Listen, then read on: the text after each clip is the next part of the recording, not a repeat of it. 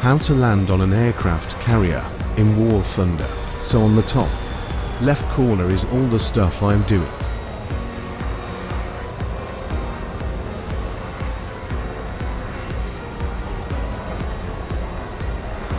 So important step 1 # keep engine HIGH. Of this might happen.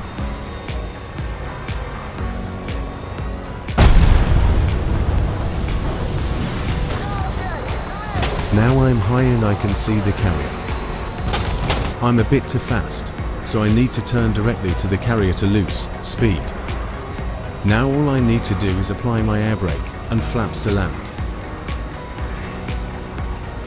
And all I do is pray. Also I make sure I hitch onto the first hook.